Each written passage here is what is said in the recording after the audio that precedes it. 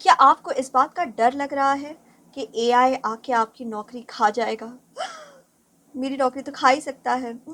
क्या आपको डरना चाहिए? हाँ, ना जानने के लिए इस वीडियो को आखिर तक देखिए। नमस्कार, मैं मनोवैज्ञानिक डॉक्टर मयूरिका दास विश्वास और स्वागत है आपका योर सर्वाइवल मॉडल में। तो इंटरनेट में आपको दो तरीके के इन्फ्लुएंसर्स मिलेंगे।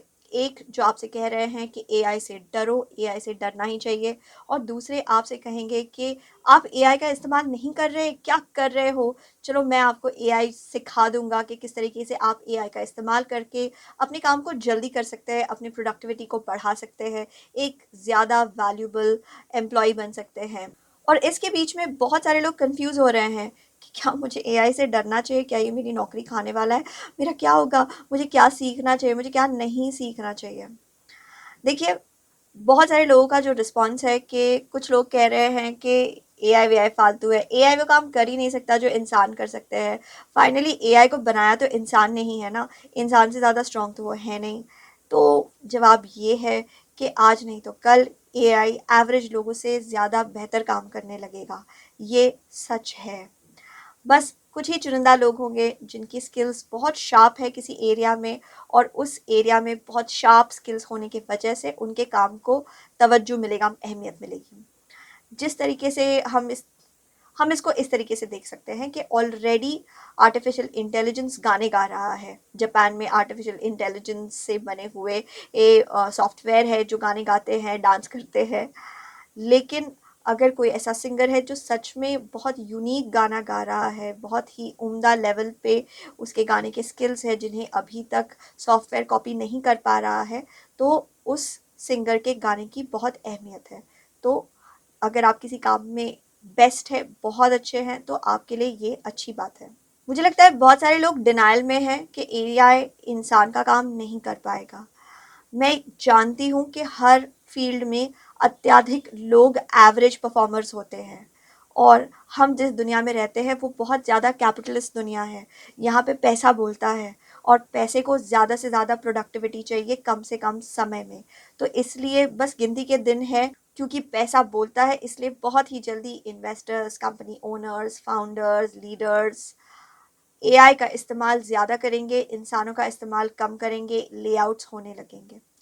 उसके बाद आएगा एक स्टेट ऑफ पैनिक, जहाँ पे सब लोग घबराने लगेंगे, गवर्नमेंट्स के ऊपर प्रेशर बनने लगेगा।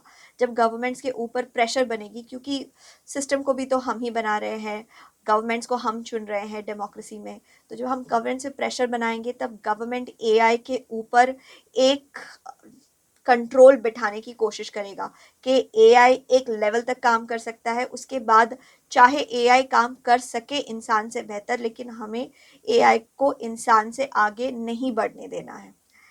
ये लेजिस्लेटिव्स आ जाने के बाद फिर से जो कैपिटलिस्ट है वो भी गवर्नमेंट को मस्का पॉलिश लगाएंगे, और कहीं पे इंसानों को इंस्पायर किया जाएगा कि भाई आप एआई को ज़्यादा से ज़्यादा इस्तेमाल करो, आप अपने लिमिटेशंस को ख़त्म करो, आगे बढ़ो और बेहतर बनो। तब एक ऐसा फेज़ आ सकता है जहाँ पे आपके और मेरे जैसे लोग ऑटोमेटिकली इनकम्प्लीट महसूस करेंगे, इनएडिक्वेट महसूस करेंगे। पहले हम अपने आप को दूसरे लोगों से कंपेयर करते थे, अब हम अपने आप को एआई से कंपेयर करके बहुत ही ज़्यादा इन्फीरियर महसूस करेंगे, और इस समय हमें आइडिया बेचा जाएगा बायो हैकिंग का। हाँ, ऑलरेडी बायो हैकिंग के ऊपर बहुत सारा रिसर्च हो चुका है, हो रहा है। जेनेटिकली एडवांस्ड बच्चे पैदा किए जा सकते हैं, हमें ऑप्शन दिया जा सकता है इस तरीके का कि हम हमारे ब्रेन में कोई चिप बिठा ले, किसी तरीके का खाना खा ले, किसी तरीके के चीज़ों को हमारे शरीर में जाने दे, ताकि हम ज़्यादा दिनों तक जवान रहेंगे, ज़्यादा प्रोडक्टिव रहेंगे, ज़्यादा अच्छे से हमारा मेटाबॉलिज्म चलेगा, ज़्यादा अच्छे से हमारा ब्रेन काम करेगा।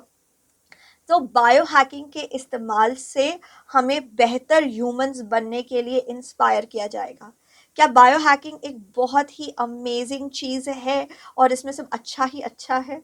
वेल, आप किसी भी इंसान के इजाद को अगर देख लो, अगर वो अच्छे इंसान के हाथ में पड़ता है तो वो अच्छी चीज़ है, अगर वो बुरे इंसान के हाथ में पड़ता है तो वो बुरी चीज़ है। इंटरनेट का इस्तेमाल लोग करते हैं ज़रूरतमंदों को सस्ते दाम पे सामान बेचने से लेके छोटी उम्र की बच्चों से पोर्नोग्राफी करवाने तक में। तो कोई भी इजाद हो वो अच्छे लोगों के हाथ में भी आएगा और बुरे लोगों के हाथ में भी आएगा। तो जब बायो हैकिंग और इस तरीके के सिस्टम्स जैसे कि इलॉन मस्क का न्यूरालिंक, जब वो अच्छे लोगों के हाथ में आएगा तो कुछ अच्छी चीज़ें होंगी, जब वो बुरे लोगों के हाथ में आएगा तो कुछ बुरी चीज़ें होंगी। तो लगभग स्थिति हमारी वैसी ही रहेगी जैसे कि अब है। मेरी ये बात सुन के और मेरी ये भविष्यवाणी सुन के क्या आप घबरा रहे हैं? अगर आप घबरा रहे हैं तो दोस्त, घबराओ नहीं, डोंट वरी। याद रखो कि हमारा सबसे बड़ा लक्ष्य है सर्वाइवल। हम फंस जाते हैं ग्रीड के चक्कर में, हम फंस जाते हैं फेम और बहुत ज़्यादा अमीर बनने के चक्कर में, अबंडेंस के चक्कर में, लेकिन हमारा सबसे बड़ा मुद्दा है सर्वाइवल। ज़्यादा से ज़्यादा लोगों का सर्वाइवल, और जब हम सर्वाइव कर रहे हैं हमें ज़्यादा से ज़्यादा खुश रहना है। इस मुद्दे को अगर आप एक बार दिमाग में ठान लो, फिर उसके बाद डिसीजंस लेना आपके लिए आसान हो जाएगा।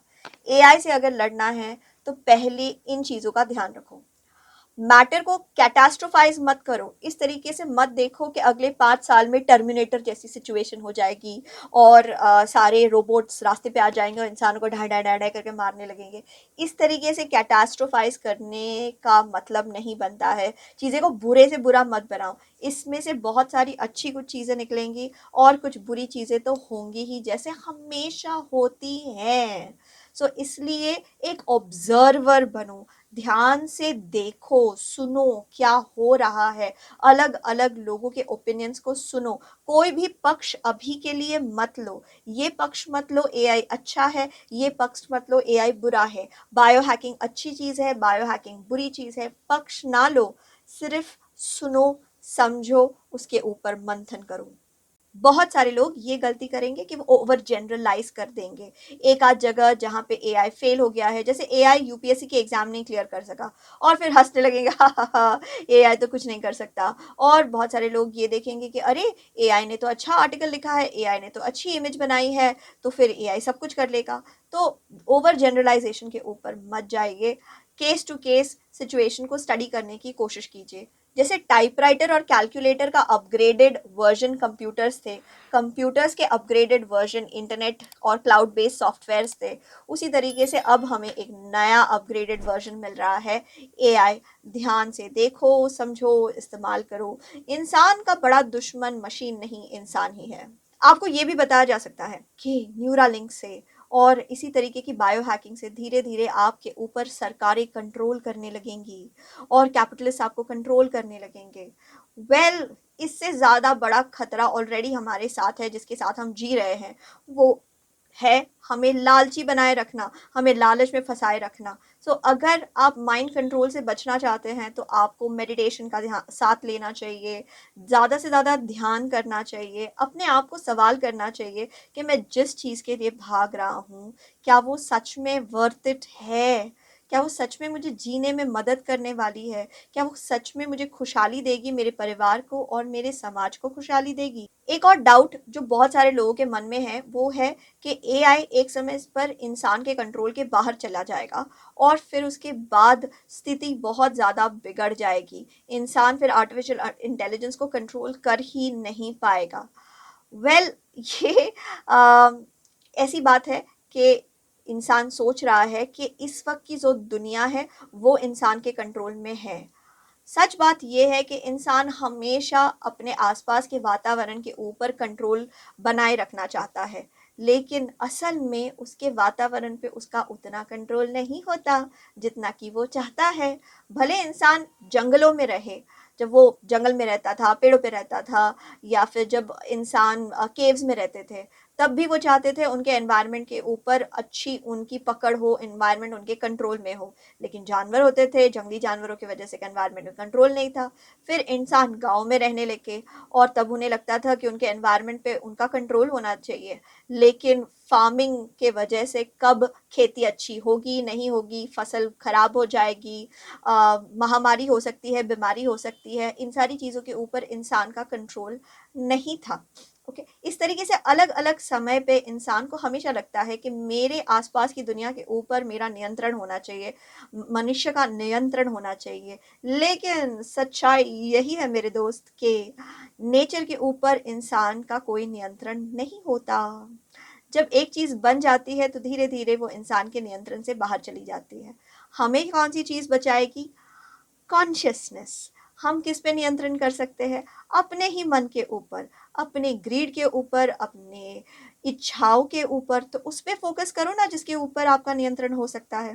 जाते जाते आखिरी चीज़ मैं जो आपको चौकन्ना करना चाहूँगी कि हम सभी लोगों में कन्फर्मेटरी बायस की टेंडेंसी होती है। यानी कि हम जिस चीज़ पे विश्वास करते हैं ना, बस उसी के ऊपर हम डेटा कलेक्ट करते हैं। अगर हमें लगता है कि एआई बहुत अच्छी चीज़ है, तो हम ऐसे ही आर्टिकल्स पढ़ेंगे जहाँ पे एआई इंसान की ज़िंदगी को बेहतर बना सकता है।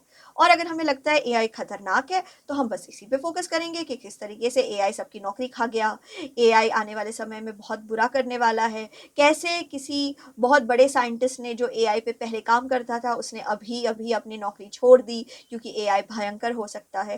भाई सारी ज़िंदगी काम कर लिया, अब जब रिटायरमेंट के टाइम पे नौकरी छोड़ ही रहे हो, तो रिटायर होते हुए तो भी क्या कह रहे हो? लाइमलाइट लेने की कोशिश कर रहे हो। इसलिए डरने से भाई कुछ नहीं होगा। सल्यूशन कॉन्शियसनेस में है, सल्यूशन सीखने में है। मैं ऐसे बहुत सारे मनोवैज्ञानिकों को जानती हूँ जो एवरेज काम करती हैं, उनकी नौकरी तो एआई में जाने ही वाली है। लेकिन ऐसे बहुत सारे लोग हैं जो अद्भुत काम करते हैं और उनको रिप्लेस करना इस लाइफ टाइम में बहुत मुश्किल है। लेकिन फिर भी मैं आपसे कहूँगी कि आप अपनी फील्ड के एक्सपर्ट बनिए, बेस्ट बनिए, साइकोलॉजी सीखते जाइए, इंसान को समझने की कोशिश कीजिए। इंसान का दुश्मन एआई नहीं, इंसान का दुश्मन इंसान ही होता है। तो उसके मन को समझने की कोशिश कीजिए। इस चैनल से मैं हमेशा कोशिश करती हूँ कि मैं आपको साइकोलॉजी समझाऊँ सरल भाषा में। आपको कैसा लगता है मेरे साथ सीखना? इसे कमेंट सेक्शन में लिखिएगा। आपके मूल्यवान समय के लिए धन्यवाद।